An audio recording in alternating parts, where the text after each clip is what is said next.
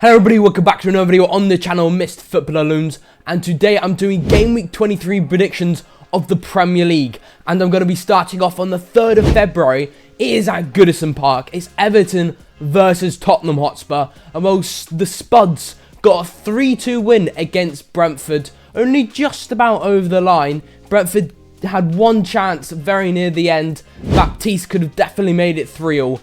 But Spurs, they're now in the top 4. They're in 4th place after a win. Everton, on the other hand, they cannot score. And Spurs, they're in 4th. They're scoring. You know what? Because Everton are struggling to score, I think this is going to be a very close game.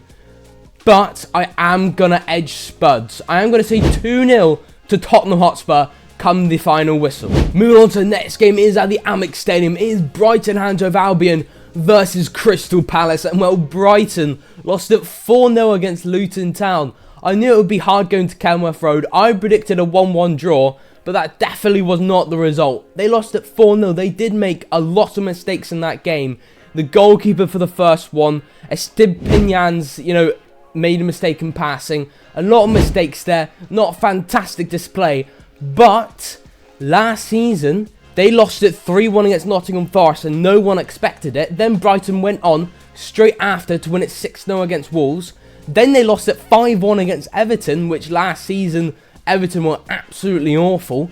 And then they went on to win it 3-0 against Arsenal. So after losing 4-0 against Luton, I think they can bounce back straight away. Now I know Crystal Palace, Elise and Eze are back. What a great duo, because they got 3 great goals in that game. Eze with a couple, Elise with one. Fantastic there. But away from home against Brighton, Brighton got a point to prove.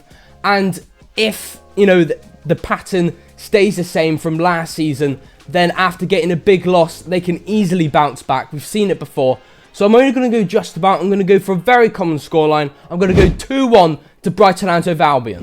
Moving on to the next game is at St James's Park. It's Newcastle United versus Luton Town. Now this one is going to be a very interesting game. Luton Town obviously picking up a bit of momentum from a 4-0 win against Brighton, and they keep on increasingly getting better and better. Adebayo getting himself a hat-trick for Luton Town, I believe. Absolutely bonkers. I don't think anyone expected a 4-0 result to Brighton. A few people probably predicted the odd 1-0, but 4-0 is absolutely sensational. They're no longer in the relegation zone, but Newcastle United, you know what? They won at 2-0 against Fulham. Dan Burn got man of the match in that game in the FA Cup, and he deserves it. Fantastic defensive display against Fulham. First half was a bit, meh for Newcastle United. Gets Manchester City, proved the point. Very close of getting at least a point in that game, but a late minute loss for Newcastle United. Then the next game, we went to win it 3-1 away from home at Villa Park, and Villa Park has a sensational home record, one of the best in the Premier League, and Newcastle United, with the second worst away record, went on to win it 3-1. Absolutely sensational. Now there are negatives coming into this game against Luton Town, and that is Alexander Isak did pull up with a groin issue, and obviously a lot of other injuries is around. Miguel Almiron returned. Newcastle United, you know what? I think they're going to win this. First of all, they're home. The last 3 games they played well. I know no strikers available unless Alexander Isak can quickly recover. But I am going to go Newcastle United, maybe biased, but home advantage. Newcastle looking good. I know Luton now. Wouldn't be surprised for a draw. Would be surprised for a Luton win though, especially at St James's Park. But I'll stop waffling, and my final scoreline is 2-1 to the home side, Newcastle United. Moving on to the next game is at Turf Moor. It's Burnley versus Fulham, and well, Fulham scored 0 goals in the last game, although they did play pretty decent against Everton, creating a lot of chances, and they pressed very well against Newcastle United in the FA Cup. They did quite well to press them. In the final third, they have not done fantastic in the final third. Their final shooting has not been fantastic. Scored 0 goals against Everton, and now they're facing Burnley. Because Burnley at home, Burnley are desperate. I think Burnley might be able to get a point in this game, and I think they really do need it. They are going to be desperate for anything in this game, and I think Burnley will probably take a point against Fulham. They probably want 3 points, but obviously they would. But I am going to say a draw in this game. I feel like Fulham will dominate because Burnley at home. because they need something to prove, I think it'll be a 1-1 draw come the final whistle. Moving on to the next games at Bramall Lane, it's Sheffield United versus Aston Villa. And while Sheffield United did well against West Ham United, but then they went to lose it at Crystal Palace, at Selhurst Park. 3 goals to 2, but Diaz scored again, back-to-back goals. Sheffield United scored 2 goals yet again. Going against Aston Villa, you know what, Aston Villa are falling. They haven't been on the best of form. Obviously, they lost it 3-1 at Villa Park. Now, last time out, Sheffield United managed to get a 2-2 draw against Aston Villa. But this time, because Aston Villa just lost, the form's kind of dipping. They're going to have to change some things up. And I feel like it will, you know, Sheffield United will give a good go. Sheffield United will give a very good go. But at the end, in the final stages, Aston Villa will pull away because their quality succeeds Sheffield United's quality. And I feel like the final scoreline will be 3-1 to Aston Villa. Moving on to the next game, it's a whole new day. It's the 4th of February. It's at Old Trafford. It's Manchester United versus West Ham United.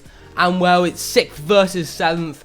2 teams trying to fight for Europe. Manchester United, what a thrilling game that was.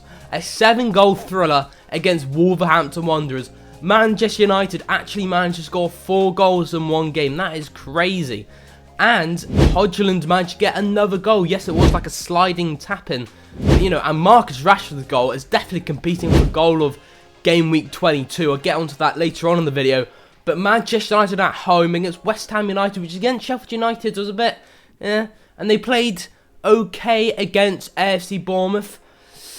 I'm going to have to pull it towards Manchester United though, just because they're at home. Manchester United, Hodgland's starting to click. Yeah, I'm going to go it just because of home advantage. Maybe if West Ham were home, might be a different story, but West Ham didn't look fantastic against Sheffield United. I'm going to edge Manchester United, and I'm going to say a very common scoreline, 2-1 to the home side Manchester United. Moving on to the next game is at Stamford Bridge. It's Chelsea versus Wolverhampton Wanderers, and this is going to be a very hard game to predict. Wolves obviously, as I said, and as you probably know, lost at 4-3 against Manchester United, nearly made a comeback. There were 7 great goals in that game. It was absolutely a great game to watch for a neutral. But Chelsea at home here, after getting battered 4-1 against Liverpool, which to be honest, I wouldn't say that means Chelsea's now going in a downward trajectory. I just think Liverpool are that good that it doesn't really matter that they lost that game. Going against Wolves, they're going to have to definitely get a win against a mid-table side. If they want to hit European football, they're going to have to win this game. But I am going to go low scoring as Chelsea seem to miss so many chances. They create chances, but they miss so many. So I was tempted to go for a 1-1 draw. Chelsea are home, and they were picking up a bit of form before the loss against Liverpool. And I think they will just about. It'll be 1-0 to Chelsea. Christopher Nkunku to score another goal. Moving on to the next game. It is at the Vitality Stadium. It is AFC Bournemouth versus Nottingham Forest. And this is possibly one of the Bournemouth's easiest games in the last few games. For the last 3 games, they have not picked up a win. They picked up a 1-1 draw against West Ham United. They lost it 3-1 against Spuds. And then they lost it 4-0 against Liverpool as well. So they haven't won the last 3. And they're probably thinking and looking at this fixture, surely this has to be a win. Nottingham Forest, not in the greatest of places. Obviously, financial crisis, I guess. I don't know the most up-to-date news about whether they're going to be deducted 10 points. I have no clue. Haven't really looked into it that much. But Nottingham Forest, under the new manager, has been alright. Now, I am tempted to go for a draw. But Bournemouth are at home. Now, I do actually have this down as a 2-1 Bournemouth win, but for some reason, I'm going to change it. I don't know. I believe in Nottingham Forest, and I'm going to say a draw. I'm going to say 2-2, not 2-1. I've only just changed it this second, and my final scoreline is going to be Bournemouth 2, Nottingham Forest 2. Moving on to the next game, and this has to be the biggest game of the game week. It is at the Emirates Stadium. It is Arsenal versus Liverpool. You could say this is a title race game, but Arsenal did have a bit of blip in form, but then they bounced back with a 5-0 win against Crystal Palace, a 2-1 win against Nottingham Forest, only just about. But they're facing Liverpool, which won at 4-1 against Chelsea. They won at 4-0 against the informed Bournemouth side. They're topped by 5 points. Liverpool are doing fantastic. It obviously shows they don't need Mohamed Salah, and they don't need Andrew Robertson or Trent, because Conor Bradley and Joe Gomez are doing a fantastic job, you know, Obviously, Trent and Andrew Robertson has also returned, so they've got a lot of depth, Liverpool. A lot of good depth. Conor Bradley, 2 goal contributions. A first goal in the Premier League.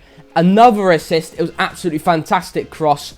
Liverpool are looking really good. Now, Arsenal are also looking really good. And because they're at home, I was tempted to go for a draw. Because I think Liverpool are going to win the league title. Because they didn't just beat Chelsea and beat Bournemouth. They battered them. I am going to go to Liverpool because I think they will win the league title. Sorry, Arsenal fans. It could easily be a draw, but I'm going to go for Liverpool, and I'm going to go 3-1 to Liverpool come the final whistle. Moving on to the next game. It's a whole new day. It's the 5th of February. It's at the GTEC Stadium. It is Brentford versus Manchester City. And, well, pretty much like their new signing coming back from suspension. 2 goals, Ivan Toney, back-to-back. And now they're facing Manchester City. Erling Haaland returned right at the end.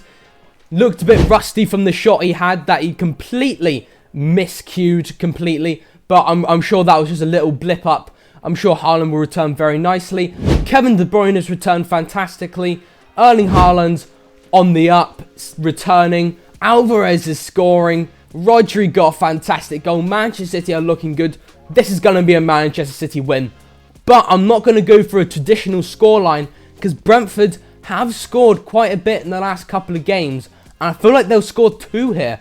I honestly think they will. Maupay and Ivan Toney seem to be doing well as a striker partnership. And I feel like they'll get goals yet again coming into this game. Again, obviously, no Brian Mbeumo.